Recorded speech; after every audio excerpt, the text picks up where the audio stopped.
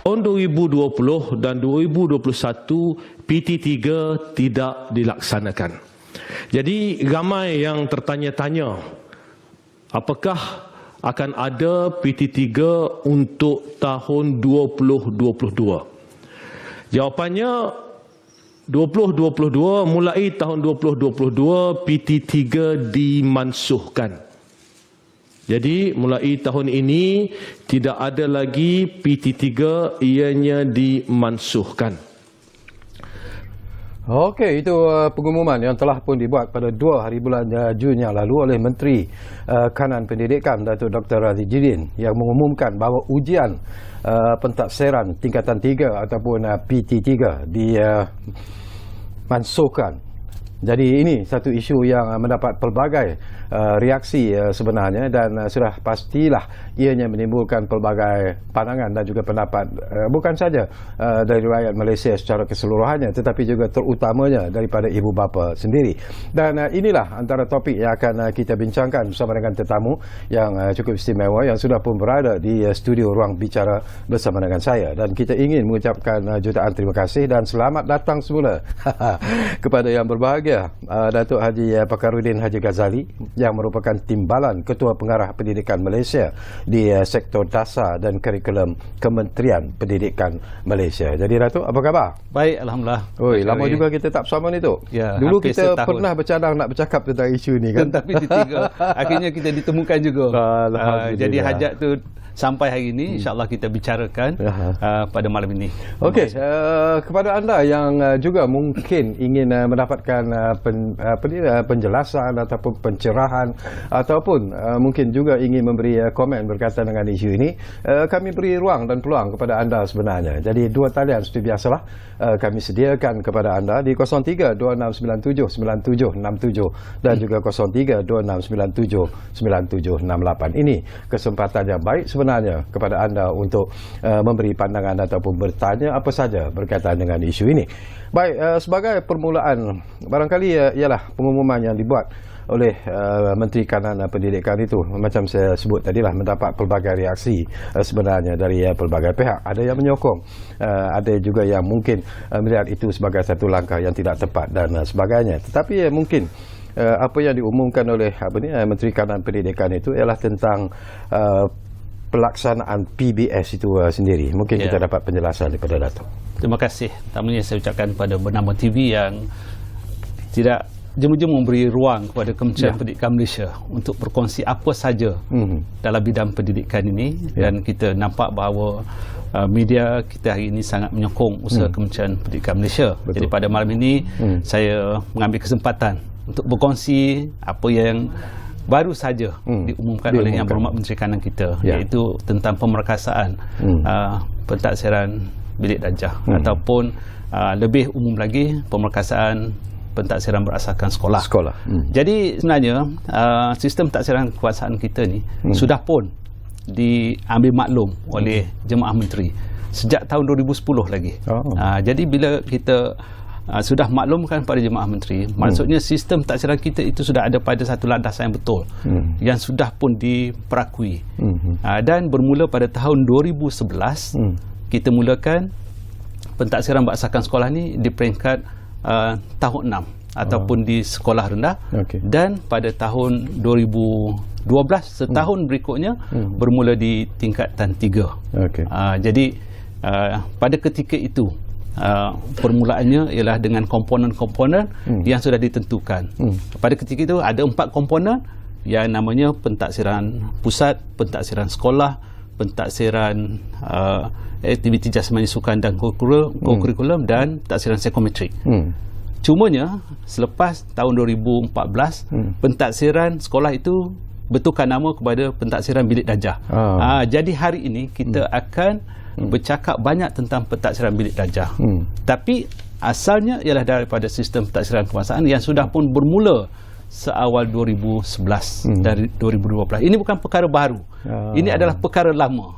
Mungkin kita malam ini nak bicarakan nafas baharu tentang sistem pentadbiran kebangsaan. Jadi, Okey, sebelum kita bercakap tentang nafas baru, saya suka bila Datuk sebut tentang istilah itu. Ada juga yang memberi pandangan dan juga pendapat tu ya. Ada yang bersetuju, ada yang tidak bersetuju. Tetapi ramai yang mengatakan bahawa inilah mungkin sesuatu yang mereka tunggu-tunggu sebenarnya. Kerana sebelum ini dikatakan bahawa sistem pendidikan kita ini lebih terlalu memberatkan kepada exam oriented dan sebagainya. Jadi apakah Datuk melihat bahawa ini satu dimensi baru sebenarnya dalam sistem pendidikan Malaysia? Baik, bila kita katakan tentang sistem pendidikan dan pentadbiran negara, dan saya nyatakan tadi kita beri nafas baru, sebenarnya dia sudah ada dalam kehidupan kita. Cumanya mungkin nyawanya nyawa ikan. Jadi kita bila kita berikan satu nafas baru, kita beri dia satu tenaga yang lebih supaya dia dapat terus maju dan maju ke hadapan. Sebenarnya apa yang kita bicarakan ini sudah lama berlaku di negara luar. Kalau betul. Kita tengok contoh di Finland, Scotland, Jepun, Australia, New Zealand, semua itu sudah berlaku dan kita nampak kejayaan pendidikan mereka dengan menghasilkan mungkin mereka yang hebat, kreatif dengan inovasi dan sebagainya. Tetapi selama ini kita mungkin dibelenggu dengan stigma peperiksaan. Di peringkat rendah ada peperiksaan, peringkat menengah rendah ada peperiksaan, menengah atas ada peperiksaan. Jadi peperiksaan yang kita buat itu mungkin menjadikan dia sudah sinonim dengan masyarakat Malaysia. Jadi kita tidak boleh lari seolahnya dari peperiksaan itu. Sebenarnya pentadbiran berasaskan sekolah ataupun PBD ini khususnya bilik darjah ini, kita dalam sedar tak sedar sudah berlaku dalam kehidupan kita sebenarnya. Kita tinggalkan dulu apa yang berlaku dalam bilik darjah lah. Kita balik kepada apa yang berlaku dalam kehidupan masyarakat kita. Apabila kita pergi mengaji Al-Quran, kita mendapatkan ilmu ataupun cara membaca Al-Quran itu, kita sudah pergi kepada guru, berguru, berhadapan dengan mereka, dan guru kita sentiasa mentaksir kita setiap hari dan menggerakkan kemajuan kita dari satu surah ke satu surah, satu juzuk ke satu juzuk, dan akhirnya kita khatam Al-Quran itu. Jadi itu juga sebenarnya ialah pentadbiran berasaskan bilik darjah lah ataupun ruang lingkup perguruan itu. Jadi kalau kita kembali kepada bilik darjah pun sama. Yang paling otentik ialah guru yang mengajar anak itu setiap hari dan melihat kemajuannya dari hari ke hari.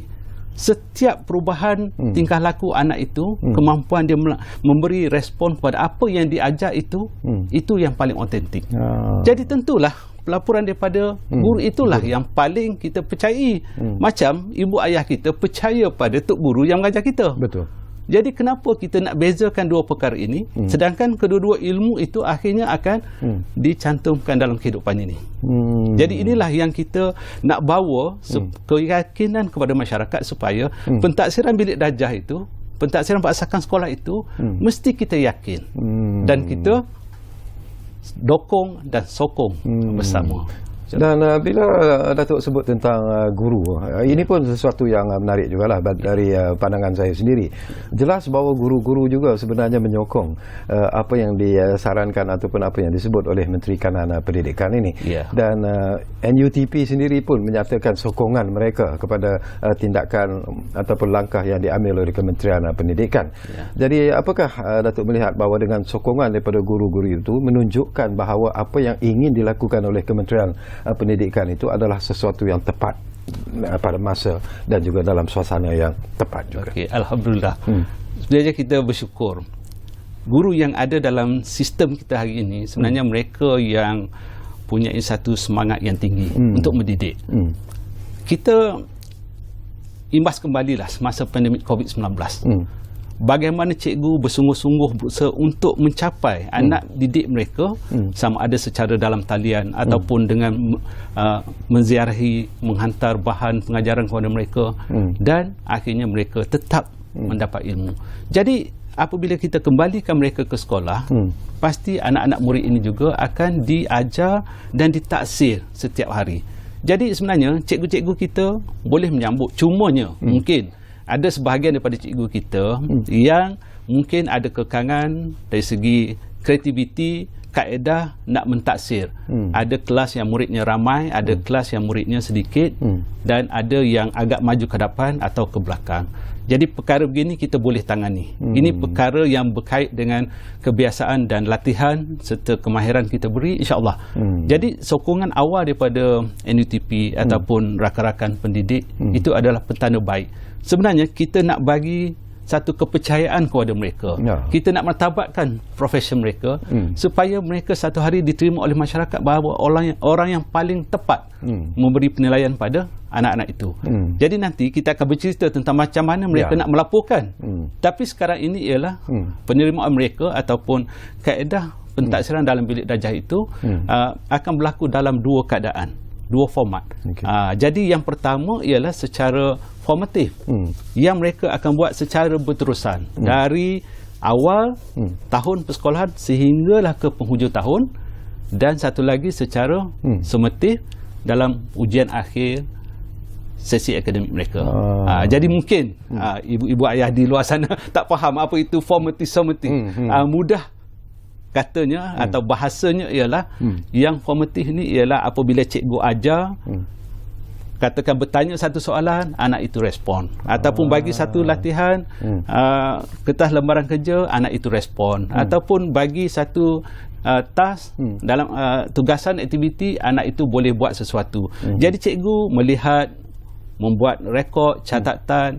Jadi ini sekiranya berlaku setiap hari sepanjang tahun, pasti anak itu insya-Allah tidak akan tertinggal dan sentiasa dipantau oleh guru. Bila Datuk sebut tentang soal itu, banyak ibu bapa yang bersuara lah kalau kita ikuti melalui kenyataan-kenyataan yang dikeluarkan dalam media, media sosial dan sebagainya. Mereka masih lagi merasa kurang yakin tentang proses yang akan dilalui nanti dalam usaha untuk mengukur pencapaian dan juga penguasaan murid sekolah rendah dan juga menengah rendah itu. Keyakinan, bagaimana nak memberi keyakinan kepada ibu bapa bahawa anak-anak mereka tetap akan diberi penilaian yang menasabah. Okey, jadi yang kita kata nafas baru tadi. Jadi kalau dulu pentaksiran bilik darjah tu kita tahu berlaku secara berterusan. Kemudian di akhir tahun pihak sekolah akan buat satu ujian di peringkat sekolah secara dalaman dan guru sekolah memeriksa dan melaporkan. Tapi dalam keadaan yang baru ini, pihak Kementerian Pendidikan Malaysia akan menyediakan item atau soalannya untuk dipasang oleh pihak sekolah menjadi satu instrumen ataupun satu set soalan ditadbirkan di sekolah dan diberi skor ataupun tahap pencapaian.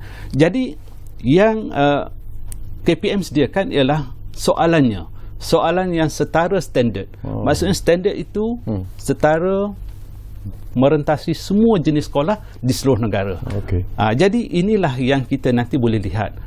Dalam cikgu mendidik anak itu secara berterusan, mereka lihat kemajuan, katalah sampai ke satu tahap.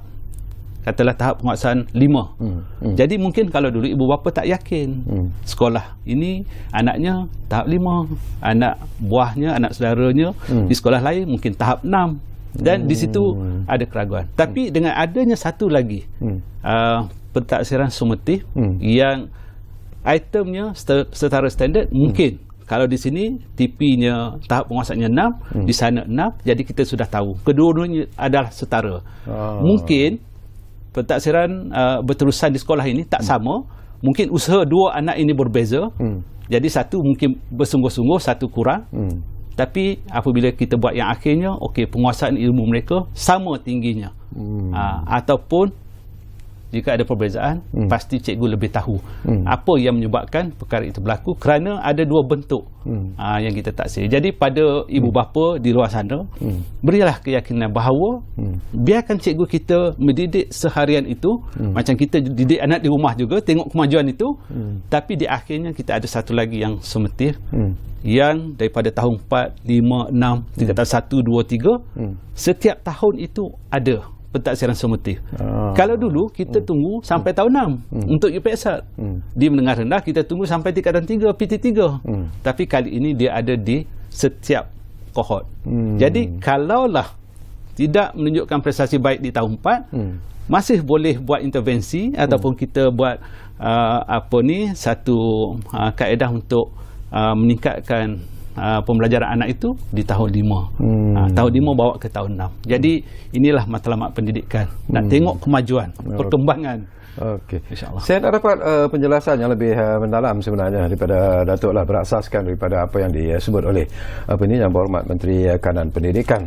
Kementerian Pendidikan tadi pun Datuk mungkin sentuh semintas lalu lah, akan memperkukuhkan apa yang disebut sebagai pentaksiran berasaskan sekolah ataupun PBS, dan ada 3 komponen sebenarnya yang terlibat, iaitu pertamanya ialah pentaksiran bilik darjah ataupun PBD, yang kedua ialah pentaksiran aktiviti jasmani, sukan dan co-curriculum ataupun PAJSK, dan yang ketiga ialah pentaksiran psikometrik. Jadi mungkin Datuk boleh jelaskan secara terperinci apa yang dimaksudkan dengan 3 komponen yang dilihat untuk pentaksiran ini. Okey. Sebenarnya ketiga-tiga komponen yang Tuan Syekh sebutkan tadi itu sebenarnya ingin menyambut hasrat falsafah pendidikan kebangsaan. Okey. Dalam falsafah pendidikan kebangsaan kita sudah menyatakan bahawa setiap anak kita ini ada potensi. Kita boleh didik mereka supaya seimbang dari segi jasmani, emosi, rohani, intelek dia, dan akhirnya dia sejahtera hidup untuk diri bangsa, diri masyarakat dan negara. Jadi nak terjemahkan falsafah itu, bagaimana kita nak lihat dia dalam sistem pendidikan, kemajuannya itu, bagaimana kita perlu lihat. Dah tentulah kita kena lihat secara seimbang. Kita tak boleh lihat dia dari segi kognitif ataupun akademiknya saja. Kita mesti lihat dari segi nilai diri, kita lihat dari segi kemahiran dia ataupun psikomotor dia. Jadi inilah yang menyebabkan hadirnya lagi komponen pentaksiran itu. Jadi yang pentaksiran bilik darjah tadi melihat dari sudut efektif ataupun kemahiran dia ataupun akademiknya. Yang PAJSK ini melihat kepada penyertaan, penglibatan dia dalam aktiviti sukan, jasmani, co-curriculum. Semua ini ialah aktiviti yang membentuk nilai dalam diri dia, membolehkan dia bekerjasama dengan semangat jati diri, dan ini juga kita dapat lihat aspek yang kedua, dan akhirnya kita juga dapat melihat dari segi psikometrik, kecenderungan dia, apa minat anak itu. Jadi dari segi psikometrik ini, ibu bapa sebenarnya kalau mendapat maklumat yang cukup daripada pihak sekolah, boleh melihat bahawa anaknya itu lebih kepada kecenderungan dalam sesuatu perkara, minat. Mungkin dia lebih suka dengan aktiviti luar, ataupun ada yang agak pendiam, tapi pemahaman dia kepada satu perkara itu lebih baik. Jadi ketiga-tiga komponen ini bila kita gabungkan, kita laporkan bersama kepada ibu bapa boleh lihat bahawa inilah anak saya. Kenapa kurang di sini, kuatnya di sini.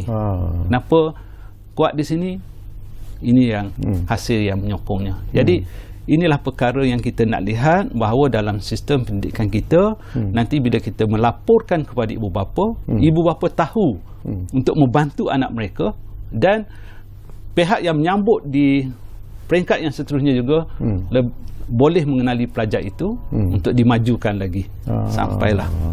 Bila kita bercakap tentang laporan yang akan dibuat oleh guru-guru, dalam bahasa Inggeris barangkali disebut sebagai recommendation by teachers lah. Setiap guru itu bertanggungjawab sebenarnya. Tetapi apakah guru-guru yang ada sekarang ini juga sudah memahami tentang apa yang mereka perlu lihat, apa yang perlu mereka lakukan, supaya mungkin tidak memberikan laporan-laporan yang mungkin tidak tepat dan mengakibatkan pelajar-pelajar itu mungkin tidak mendapat kedudukan atau pentafsiran yang bersesuaian dan selayaknya. Mungkin ini kalau kita boleh katakan isu integriti lah seorang pendidik. Tapi sejujurnya lah, saya banyak mengenali guru-guru di luar sana. Guru-guru kita adalah guru yang berintegriti tinggi, bertanggungjawab. Mereka sanggup buat apa saja untuk pendidikan anak bangsa. Mereka sanggup berkorban. Cumanya ada kala tu ada beberapa arahan tugasan yang mungkin mereka kurang jelas, kurang faham dengan pendekatan yang baru. Mungkin masa mereka berkursus mendapat latihan di universiti ataupun di IPG dulu tak sama dengan perkembangan semasa. Jadi pendekatan itu mereka perlu mendalami. Mereka perlu hadir kursus, memantapkan diri mereka. Sama juga tempoh hari bila pandemik COVID-19, bila kita umumkan laksanakan PDPR, ramai guru kita yang belum ada kemahiran pun menggunakan teknologi untuk mengajar, macam mana mentaksir, macam mana nak mengajar, macam mana nak buat laporan. Tapi akhirnya tempoh 2 tahun itu sudah mematangkan mereka. Mungkin kita agak sukar pula nak detach mereka daripada kemahiran yang mereka telah kuasai. Jadi sebenarnya guru kita boleh dilatih, boleh diberi kemahiran baharu, dan saya yakin mereka akan jaga nilai integriti ini dalam mentaksir. Satu hari nanti apabila pentaksiran bilik darjah ini secara berterusan formatif ataupun summatif ini sudah kita mula melihat dalam bentuk laporan yang kita tunjukkan kepada ibu bapa, di situ nanti ibu bapa akan sedar bahawa anak dia ada kekuatan, ada kelebihan. Di situ akan datang perhargaan daripada ibu bapa, masyarakat kepada guru, dan di situ sebenarnya satu suntikan yang saya yakin integriti itu akan jadi semakin tinggi, semakin hebat. Bila Datuk sebut tentang menyediakan laporan itu, apakah dalam laporan itu juga nanti akan diadakan ataupun akan diletakkan juga grade-grade untuk menentukan pencapaian murid-murid kita? Ya. Kali ini kita akan buat satu pelaporan yang agak menyeluruh dan selengkap yang mungkin. Pertama, pelaporan PBD ini, pelaporan kita di hujung tahun nanti ada pelaporan PBD, PAJSK dan pentaksiran psikometrik yang kita dah bicarakan tadi. Okey, saya khususkan dulu kepada pentaksiran bilik darjah. Jadi akan ada 2 pelaporan, satu untuk pentaksiran bilik darjah secara berterusan, satu lagi pentaksiran bilik darjah di ujian akhir sesi akademik. Jadi akan ada 2. Dan pelaporan ini diberi dalam bentuk tahap. Tahap 1 hingga tahap 6. Tahap 1 paling rendah, tahap 6 paling tinggi. Jadi katalah seorang pelajar itu mengambil bahasa Melayu, mungkin dia berterusan itu TP6, dan yang ujian akhir itu ialah TP5. Dan akan ada satu bahagian lagi, ulasan guru mata pelajaran. Jadi guru mata pelajaran akan beri ulasan tentang pencapaian bahasa Melayu pelajar itu berdasarkan 2 prestasi ini, dan akan melaporkan usaha pelajar itu dan mencadangkan apa intervensi yang sesuai bagi anak ini bagi memantapkan lagi pembelajaran dia dalam bahasa Melayu. Dan di akhirnya guru kelas juga akan membuatkan satu laporan rumusan. Jadi inilah pelaporan yang kita akan buat di hujung tahun, lengkap ketiga-tiga komponen itu. Tapi di pertengahan tahun kita akan laporkan 2 komponen, iaitu pentaksiran bilik darjah, iaitu secara formatif. Yang perkara kedua tu pentaksiran aktiviti jasmani itu pun akan diberi grade juga sebenarnya. Akan diberi tahap pencapaian dia. The base pada skor yang dia dapat. Kalau dia menyertai satu-satu pertandingan, pencapaian dia, ataupun dia terlibat dalam penyertaan, kemudian aktiviti dia dalam mungkin jawatan-jawatan dalam satuan, dalam kurikulum, ekstrakurikulum, semua itu akan dibuat satu penilaian dan diberi grade-nya. Jadi ketiga-tiga itu akan dilaporkan dan dibaca bersama. Jadi perincian itu nanti kita akan sebenarnya sudah berlaku dalam sistem kita. Jadi kita akan contohkan laporan yang akan diterima oleh ibu bapa dalam sesi penantaran kita nanti. Jadi semua pihak akan yang penting ialah memahami kaedah untuk melapor, dan di pihak ibu bapa pula tahu untuk membaca apa yang dimaksudkan oleh laporan itu. Jadi supaya setiap individu itu ada laporan autentik. Tapi kita bukan sekadar letak TP6, TP5 saja. Nanti dia ada deskriptor. Jadi katalah bagi bahasa Melayu kita akan sebut apa penguasaan yang sudah dicapai oleh pelajar itu, bahasa Inggeris, matematik, sains. Jadi ibu bapa tahu, oh anak saya sudah kuasai perkara-perkara ini. Jadi apa yang nak ditambah baik itu nanti sudah diketahui sama ada oleh ibu bapa ataupun guru yang bakal mengambil mereka nanti.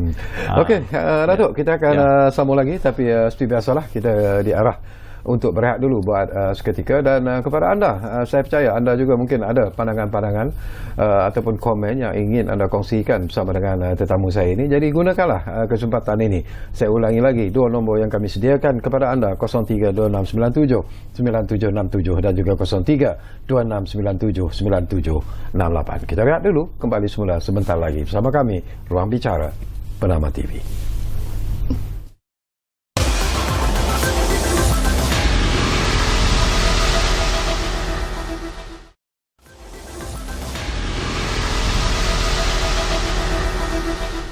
Baiklah, kita kembali semula ke Ruang Bicara ini. Masih lagi bercakap tentang pemerkasaan pentaksiran berasaskan sekolah, dan tentunya kita masih lagi bersama dengan yang berbahagia Datuk Haji Fakhruddin Haji Ghazali, iaitu Timbalan Ketua Pengarah Pendidikan Malaysia di Sektor Dasar dan Kurikulum di Kementerian Pendidikan Malaysia.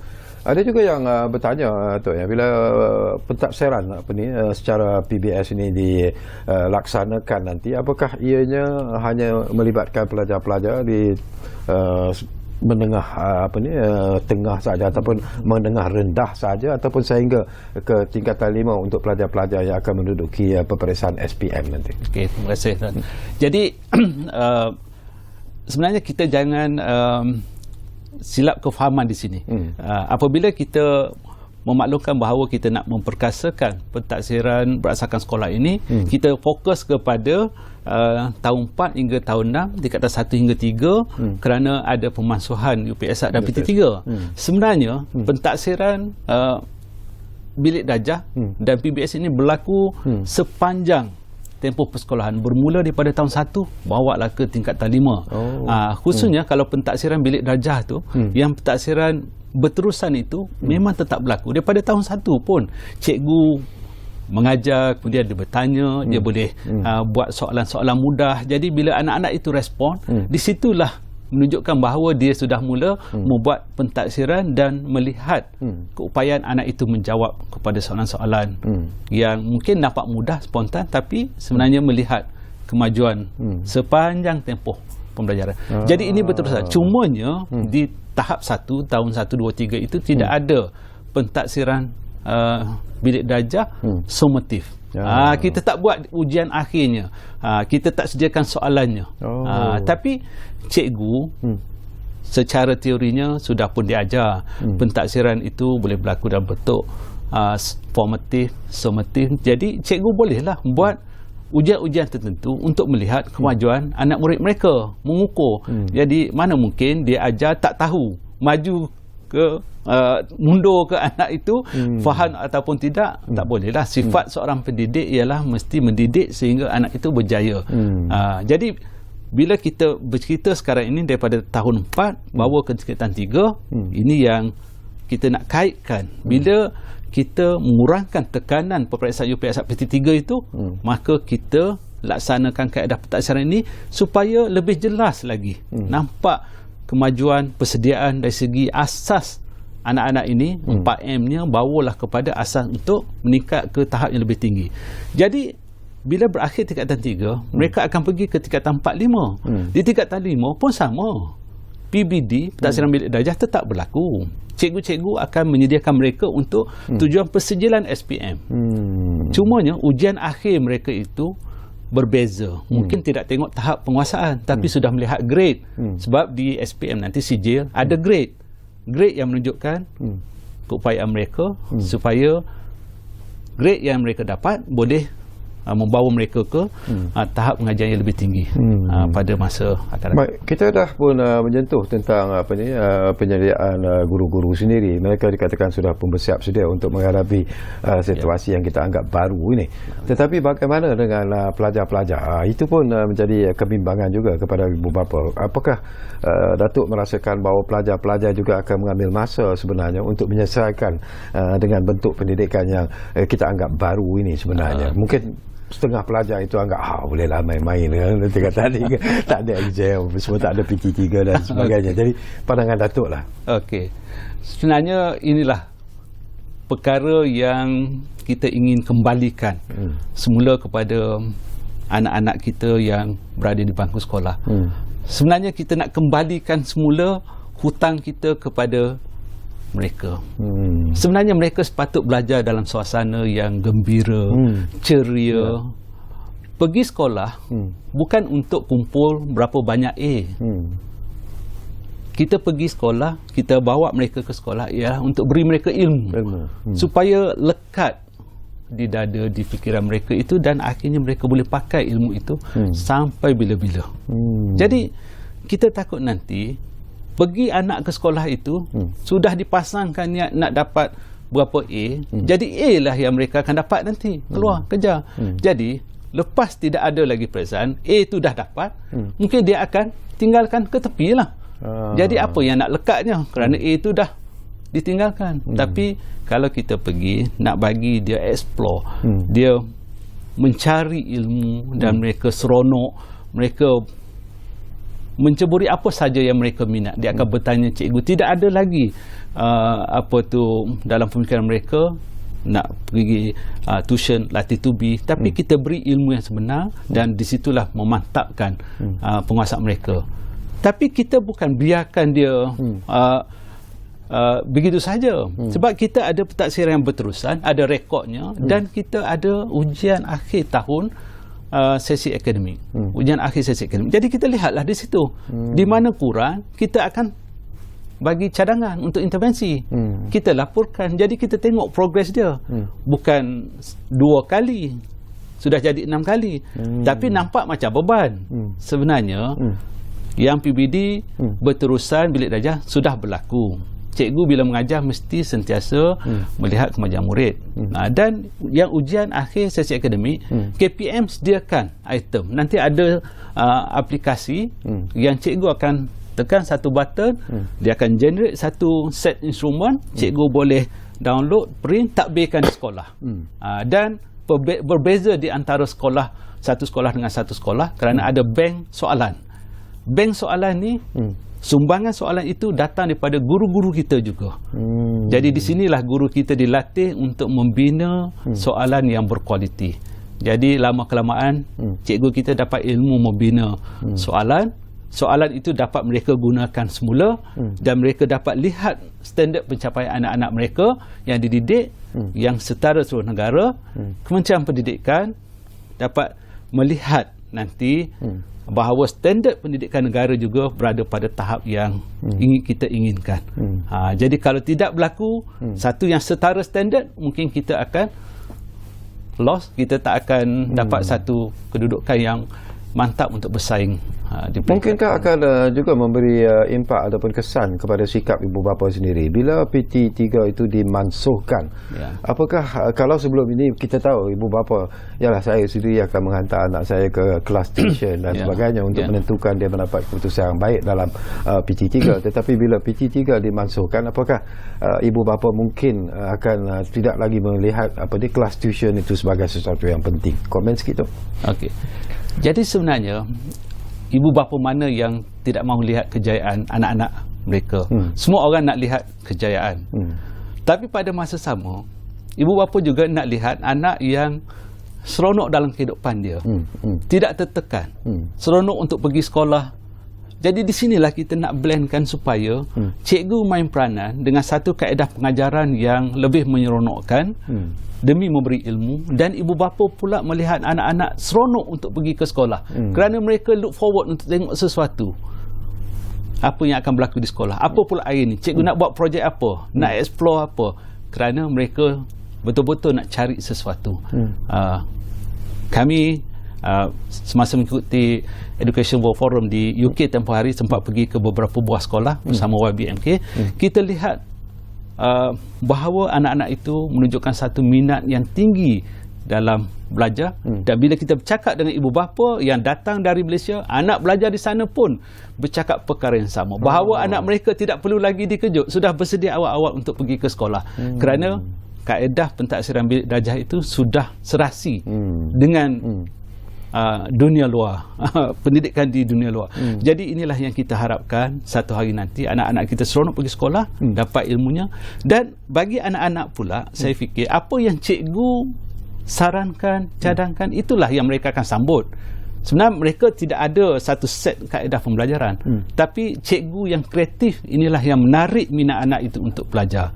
Jadi saya yakin ibu bapa nanti bila melihat anak itu semakin seronok mencari ilmu, inilah akan memberi satu keyakinan pada masyarakat kita.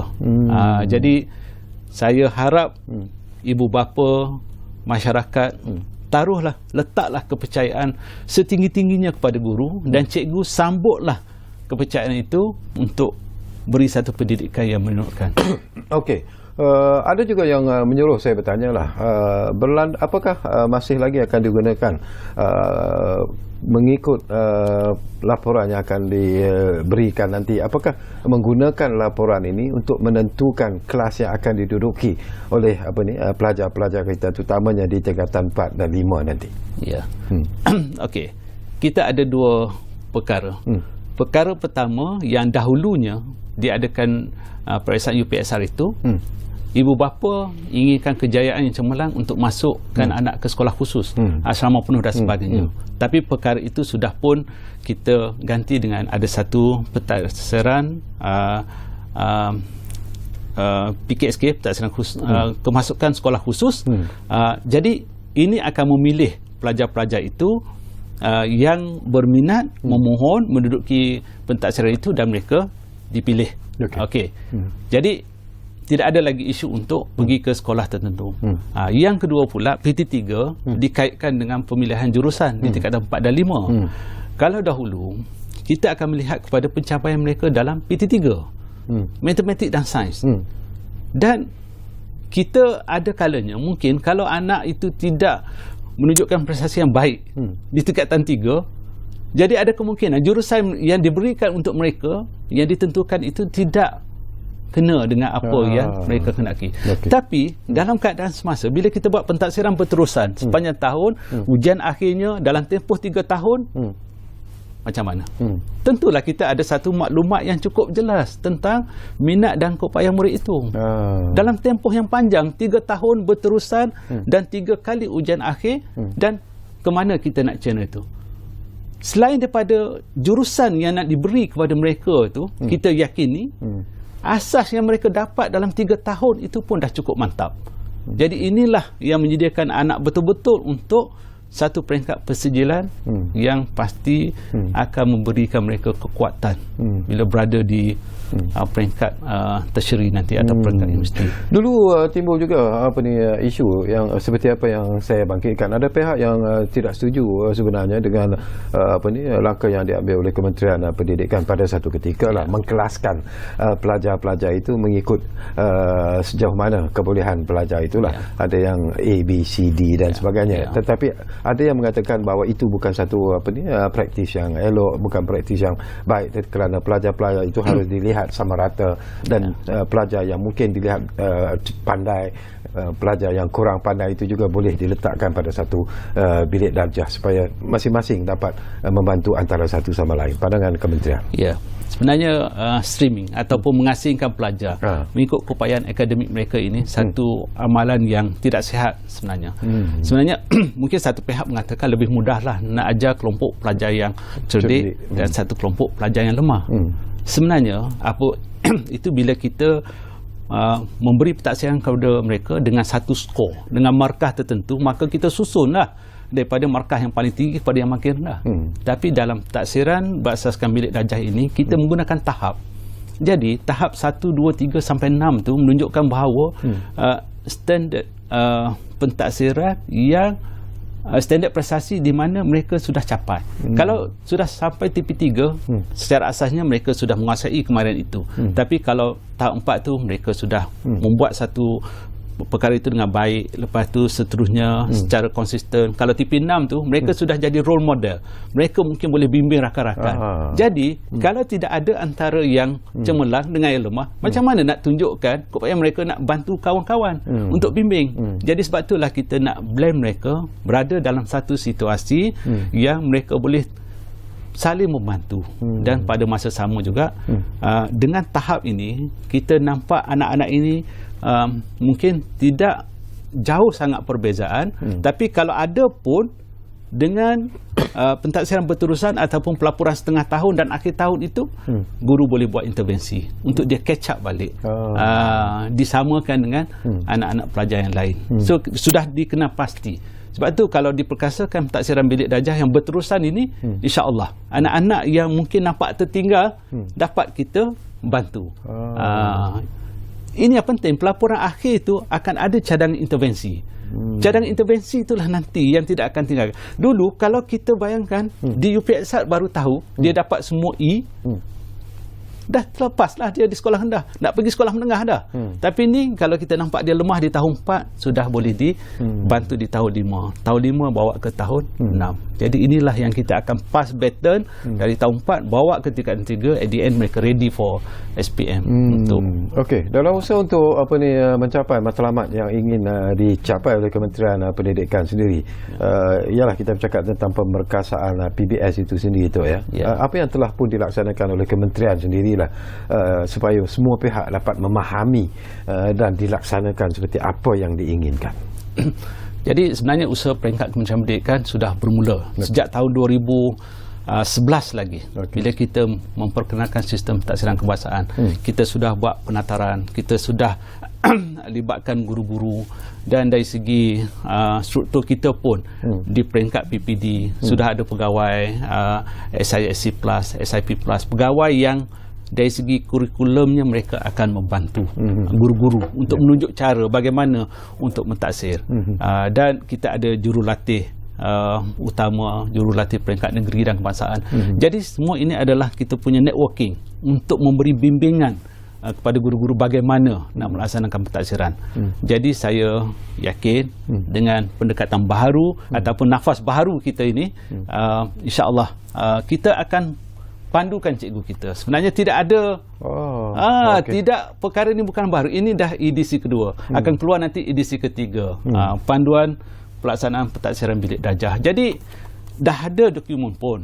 Kita baca, kita hadam, hayati dan kita laksanakan. Yalah memanglah. Bila diberi nafas baru tu adalah sedikit cabaran mungkin, tapi akhirnya saya yakin guru-guru kita ada keupayaan tinggi. Antara panduan pelaksanaan yang ada di sini tu, apa yang penting dan perlu diketahui oleh ibu bapa khususnya? Ibu bapa perlu tahu bahawa guru-guru kita ini dipandukan macam mana untuk melihat anak-anak itu memberi respon daripada hasil didikan cikgu itu. Seorang cikgu mengajar untuk mengetahui anak itu faham atau tidak. Mereka mungkin menyoal secara lisan, ataupun dia memberi tugasan untuk memberi respon secara bertulis, ataupun ada kala itu mereka boleh buat satu projek tugasan yang tertentu dan mereka persembahkan. Jadi kita boleh lihat, kita boleh tengok dia dan beri peluang untuk dia bercakap.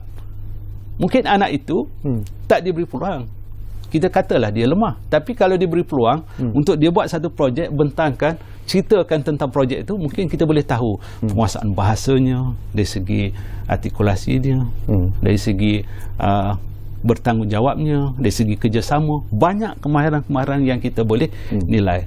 Jadi kalau kita nak lihat kepada satu peperiksaan bertulis yang duduk 1 jam, kemudian diperiksa oleh mesin yang objektif itu, kita tak tahu apa sebenarnya yang ada dalam diri anak itu. Tapi kalau kita buat secara otentik, guru yang melihat, disitulah yang sebenar-benarnya kita boleh nilai anak dari segi kemajuan sebenar. Bila Datuk sebut tentang proses intervensi juga mungkin akan diperkenalkan nanti untuk membantu murid-murid yang mungkin lemah dalam mata-mata pelajaran tertentu. Bagaimana proses intervensi ini akan dilakukan? Apa kelas tambahan akan dilakukan ataupun daripada pandangan Datuk apa yang akan dilakukan dalam membantu pelajar-pelajar ini? Okey. Sebenarnya sebab kita ada satu jurang ataupun kita ada satu kumpulan yang ramai, tahun 4 sampailah ke tingkatan 3. Jadi mata pelajaran pun kita ada 12 mata pelajaran, 25 mata pelajaran di peringkat menengah rendah. Jadi intervensi yang dicadangkan ini ialah intervensi yang cikgu yang pernah mengajar dia. Melihat dia sepanjang tahun, cikgu itu tahu kelemahan anak murid itu.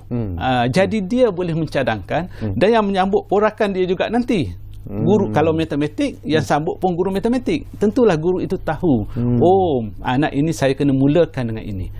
Jadi sebenarnya kita harap melalui taksiran berterusan dan ujian akhir itu, guru-guru kita boleh tahu, oh bila saya bertanya pelajar tentang satu topik ni, ramai yang tak dapat jawab, tak dapat respon. So cikgu tu sendiri dah boleh reflect. Mungkin cara dia mengajar untuk certain topik itu tak difahami oleh anak murid dia. Jadi dia boleh kembali semula tanya kawan bagaimana nak ajar, dan dia buatlah intervensi. Jadi fahamlah murid itu. Mungkin sebahagian besar faham, segelintir tak faham. Jadi yang segelintir yang kecil itu mungkin dia duduk sekejap, mungkin tak perlu pun kelas tambahan hujung minggu tiap-tiap minggu. Mungkin dengan satu masa yang diluangkan, anak itu sudah fahami. Mungkin ubah sikit kaedah ataupun minta guru lain bantu. Inilah yang kita harapkan. Mungkin ibu ayah pun kalau dah tahu apa anak itu tak kuasai, pun boleh membantu. Dan sekarang ini dunia tanpa sempadan. Petik saja, bahan itu sudah ada di mana-mana saja. Platform sudah kita sediakan untuk berkongsi bahan, delima dan lain-lain. Jadi saya yakin kalau betul cara kita bagi kaedah macam mana nak merawat, ubatnya sudah ada di merata-rata, sihatlah anak itu, insya-Allah. Apakah Datuk menjangkakan bahawa akan berlaku satu perubahan dari sistem pendidikan? Tadi pun Datuk sebut di awal tadi, ini merupakan satu perubahan yang cukup menarik sebenarnya. Tetapi apakah Datuk melihat bahawa selepas ini, selepas ia dilaksanakan, terutama kita bercakap PBS, kita bercakap tentang PBD dan sebagainya, apakah sistem pendidikan itu sendiri di kelas-kelas ataupun di sekolah-sekolah itu juga akan berubah mengikut situasi yang diinginkan? Kalau kita nak bercakap tentang perubahan, tentulah di minda kita ataupun di hati kita. Kita tak boleh cakap perubahan itu dari segi fizikal ataupun perkara yang wujud. Tapi kalau semuanya menyambut dengan hati yang terbuka, bersama-sama, saya yakin kita boleh buat perubahan. Perubahan tu bukan yang menyukarkan, tapi perubahan yang memberi satu kesejahteraan. Sebab apa? Kita sudah pada 21 Februari yang lepas melancarkan Sekolahku Sejahtera. YBMK sudah lancarkan. Sebenarnya Sekolahku Sejahtera itu satu konsep yang sangat tinggi nilai dia untuk menerapkan elemen 14 elemen yang baik kepada anak kita. Jadi sebenarnya kedua-dua perkara ini, pentaksiran berasaskan sekolah dan penerapan nilai Sekolahku Sejahtera ni, kalau kita gabung jalinkan elok-elok, dia akan berlaku satu gelombang yang membentuk generasi masa hadapan yang hebat. Sebab bukan saja dia seronok dalam pembelajaran, tapi pada masa sama nilai itu dapat ditanamkan dalam diri mereka. Jadi kalau dulu kita cakap nak letakkan nilai pada anak-anak kita, di satu sudut nak fokus kepada pencapaian peperiksaan, nak pergi kelas tuition, jadi nak masukkan nilai tak sempat. Sekarang ni ajar orang kata secara berhemah, lihat kemajuannya dan masukkanlah nilai-nilai yang sepatutnya mengikut aras mereka. Akhirnya nilai pun kita tanam di sini dan kebijaksanaan mereka pun sampai. Kita hampir-hampir di penghujung tu, ada lebih kurang 3-4 minit lagi. Saya beri peluang lah kepada Datuk. Saya juga nak bertanya soalan ini. Memang kita ingin melihat satu kejayaan kepada pelaksanaan apa yang Datuk sebut tadi. Tetapi mungkin juga Datuk, apakah selepas ini mungkin kita akan melihat macam Datuk sebut tadilah satu generasi pelajar yang betul-betul tidak lagi menghadapi tekanan seperti apa yang mereka hadapi sebelum ini, dan mereka akan menjadi pelajar-pelajar yang mungkin akan lebih rajin ke sekolah, tak lagi memonting dan sebagainya. Jadi apakah perubahan itu Datuk jangkakan akan berlaku bila pelaksanaan ini dilakukan nanti? InsyaAllah.